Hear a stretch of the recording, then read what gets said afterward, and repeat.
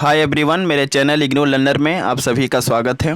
दोस्तों, मैं फिर से आप सभी के सामने BHDC 134 का एक बहुत ही मोस्ट इम्पॉर्टेंट प्रश्न आप सभी के सामने लेकर आया हूं।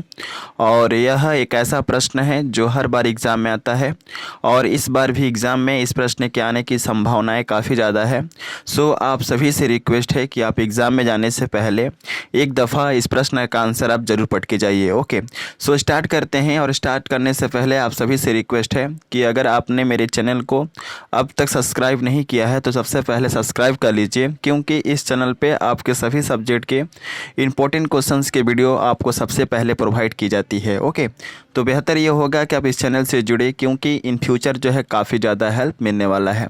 तो प्रश्न एग्जाम में पूछा जाता है कि रामचंद्र शुक्ल के निबंध की विशेषताओं का वर्णन करो। बहुत बार पूछा जा चुका है पिछले बार की परीक्षाओं में और इस बार भी एग्ज़ाम में आएगा। सो वीडियो के अंत तक बने रहें। तो सबसे पहले आपको आंसर के अंतर्गत लिखना है कि रामचंद्र शुक्ल के निबंध की विशेषताएं निम्नलिखित है, जिसका व्याख्या हम निम्नलिखित संदर्भ में कर सकते हैं, जो इस प्रकार है। सबसे पहला विशेषता है मौलिकता का समावेश। इस हेडिंग के अंतर्गत आपको लिखना है कि रामचंद्र शुक्ल के निबंध की सबसे प्रमुख विशेषता यह है कि उनके निबंध में मौलिकता दिखाई देती है। मौलिकता का अर्थ यह है कि वह जिस विषय का वर्णन करते हैं उसके ऊपर सबसे पहले विचार करते हैं और बाद में विषय के मूल भाव को बहुत ही सुंदर ढंग से अपने निबंध में व्याख्या करते हैं। तो कहीं न कहीं उनके निबंध में मौलिकता का समावेश होता है। अगला विशेषता है तर्कयुक्त निबंध। इस हेडिंग के अंतर्गत आपको लिखना है कि रामचंद्र शुक्ल के निबंध की दूसरी विशेषता यह है कि वह अपने रचनाओं को तर्क के माध्यम से किसी विषय को समझाने का प्रयास करते हैं। वे अपने तर्क के माध्यम से जटिल विषय को सरल और सहज भाषा में समझाने का प्रयास करते हैं। अतः हम कह सकते हैं कि रामचंद्र शुक्ल के निबंध में तार्किक शक्ति का समावेश होता है। तो समझ गए, इनके अगर हम निबंध को पढ़ेंगे तो यह मालूम चलता है कि यह तर्क के माध्यम से किसी भी विषय के मूल भाव को अपने पाठकों को समझाने का प्रयास करते हैं। अगला हेडिंग है विचारों को सही ढंग से सजाना। इस हेडिंग के अंतर्गत आपको लिखना है कि रामचंद्र शुक्ल के निबंध की अन्य विशेषताएं यह है कि वह अपने विचारों को सही तरीके से गठित करते हैं। वे अपने रचनाओं में मोतियों की तरह शब्दों का प्रयोग करते हैं। अगर कोई भी शब्द उनके वाक्य से हटा लिया जाता है तो रामचंद्र शुक्ल के विचारों में बड़ी सी बाधा उत्पन्न होती है। कहने का मतलब है कि जिस तरह के मोतियों के द्वारा जो है माला तैयार होता है, ठीक उसी प्रकार ये एक शब्दों ये अपने वाक्यों में ऐसे शब्दों का प्रयोग करते हैं जिसके द्वारा एक बहुत ही सुंदर वाक्य बनता है। अगर उन वाक्यों में से अगर हम किसी शब्द को हटा लेते हैं तो उसका पूरा मीनिंग जो है बदल जाता है। तो कहीं ना कहीं ये विचारों को सही ढंग से सजाते हैं अपने वाक्यों में। अगला हेडिंग है चिंतन मनन से युक्त निबंध। इस हेडिंग के अंतर्गत आपको लिखना है कि रामचंद्र शुक्ल के निबंध के सबसे प्रमुख विशेषताओं में यह भी एक सबसे महत्वपूर्ण विशेषता है कि रामचंद्र शुक्ल जी की रचनाओं में चिंतन मनन काफ़ी ज़्यादा दिखाई देता है। वह अपने रचनाओं में किसी विषय पर काफ़ी चिंतन करते हैं और उसके बाद उस विषय के मूल भाव को आसान और सहज भाषा में लोगों को समझाने का प्रयास करते हैं। तो कहीं ना कहीं हम इनके निबंध में चिंतन भावना जो है देखते हैं।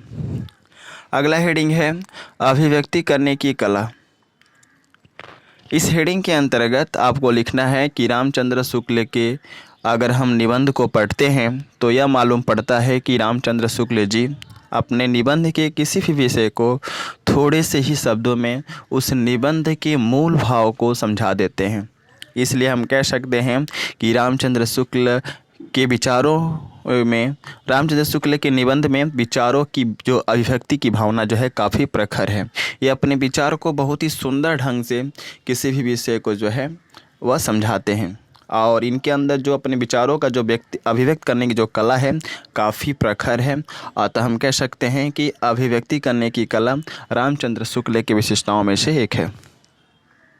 अगला हेडिंग है प्रकृति वर्णन। इस हेडिंग के अंतर्गत आपको लिखना है कि रामचंद्र शुक्ल जी अपने रचनाओं में प्रकृति का भी वर्णन बहुत ही सुंदर ढंग से किए हैं वह प्रकृति के विभिन्न प्रकार के दृश्य को अपने रचनाओं का आधार बनाया और बहुत ही मनोवैज्ञानिक ढंग से प्रकृति के दृश्यों को संसार के लोगों के सामने समझाने का प्रयास किया है। तो कहीं ना कहीं रामचंद्र शुक्ल जी प्रकृति प्रेमी थे और इनके रचनाओं को अगर हम पढ़ते हैं तो मालूम चलता है कि अपने रचनाओं में प्रकृति का भी जिक्र किए होंगे और किए भी है, ऐसा बात नहीं है।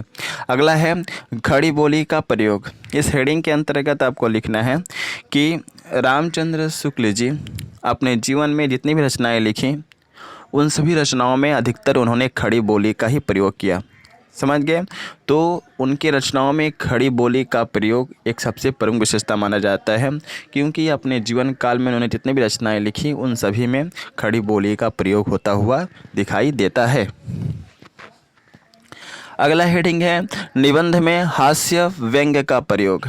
इस हेडिंग के अंतर्गत आपको लिखना है कि आचार्य रामचंद्र शुक्ल जी के निबंध की सबसे प्रमुख विशेषता यह है कि उन्होंने अपने जीवन में जितनी भी रचनाएं की उन सभी रचनाओं में कहीं ना कहीं हास्य व्यंग्य का प्रयोग ही दिखाई देता है। उन्होंने हास्य व्यंग्य के द्वारा अपने विचार को लोगों के सामने रखने का प्रयास किया और विषय के मूल भाव को बहुत ही आसान भाषा में लोगों को समझा देते हैं। तो कहीं ना कहीं इनके निबंध में हास्य व्यंग्य का प्रयोग किया गया है। वे हंसी के द्वारा और टिप्पणी के द्वारा जो है बड़े से बड़े विषय को बहुत ही सुंदर और आसान भाषा में जो है अपने पाठकों को समझाने का प्रयास करते हैं। अगला हेडिंग है मुहावरे और लोकोक्तियों का प्रयोग। इस हेडिंग के अंतर्गत आपको लिखना है कि आचार्य रामचंद्र शुक्ल जी अपने निबंध में मुहावरे और लोकोक्तियों का काफ़ी प्रयोग करते हैं और ऐसा वे इसलिए करते हैं ताकि किसी भी विषय के मूल भाव को लोगों तक आसानी से पहुंचाया जा सके। मुहावरे और लोकोक्तियों का प्रयोग इसलिए किया जाता है ताकि रचना को प्रभावशाली बनाया जा सके और ऐसा हमारे रामचंद्र शुक्ल जी अपनी रचनाओं में किया करते थे। अगला हेडिंग है विषय का विश्लेषण। इस हेडिंग के अंतर्गत आप लिखेंगे कि किसी भी विषय का विश्लेषण करना रामचंद्र शुक्ल के निबंध की सबसे प्रमुख विशेषता रही है। वे अपने रचनाओं के माध्यम से किसी भी विषय को अत्यंत गहराई के साथ विश्लेषण करते हैं और उस विश्लेषण के द्वारा लोगों को विषय के मूल भाव को आसान भाषा में समझा देते हैं। यही उनके निबंध की सबसे प्रमुख विशेषता रही है।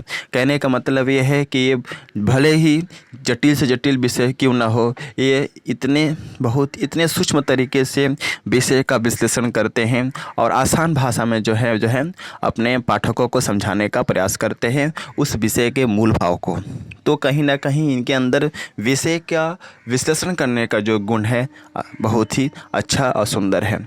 आई थिंक आप लोगों को समझ में आ गया होगा कि रामचंद्र शुक्ल जी की निबंध की क्या क्या विशेषताएं हैं। बहुत ही इंपॉर्टेंट क्वेश्चन है और यहाँ पे मैं कहना चाहूँगा कि अगर आपको इसका PDF चाहिए तो आप टेलीग्राम चैनल से जुड़िए। वीडियो के डिस्क्रिप्शन में टेलीग्राम चैनल का लिंक है, उस लिंक पर क्लिक करके टेलीग्राम चैनल से जुड़िए।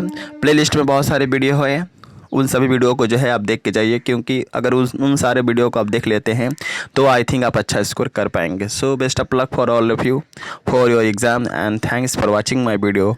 जय हिंद, वंदे मातरम।